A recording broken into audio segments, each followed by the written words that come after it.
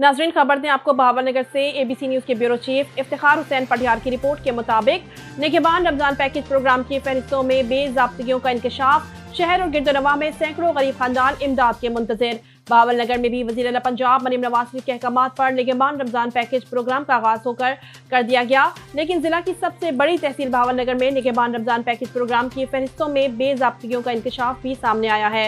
लिस्टों के मुताबिक हजारों बेनज़ीर इनकम स्कोर प्रोग्राम में रजिस्टर्ड खवातीन निगहबान रमजान पैकेज से आउट और जारी होने वाली लिस्टों में तमाम बस्तियों और गाँव समेत चंद अफराद को शामिल किया गया है, जिस पर इलाका नई आबादी की खवातीन इंतजामिया के खिलाफ सरापा एहतजाज है।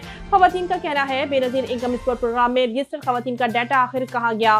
खवातीन ने इल्जाम आयद किया है कि सर्वे करने वाले अफराद ने मनपसंद रिश्तेदारों के पूरे खानदान को राशन मुहैया किया है, जबकि लाखों गरीब खानदान इमदाद के मुंतज़िर हैं। उनका कहना है शफाफ ऑडिट करवाया जाए तो मजीद हकाइक सामने आ सकते हैं। खवातीन ने वज़ीर आला पंजाब से फिलफौर नोटिस लेने का मुतालबा किया है।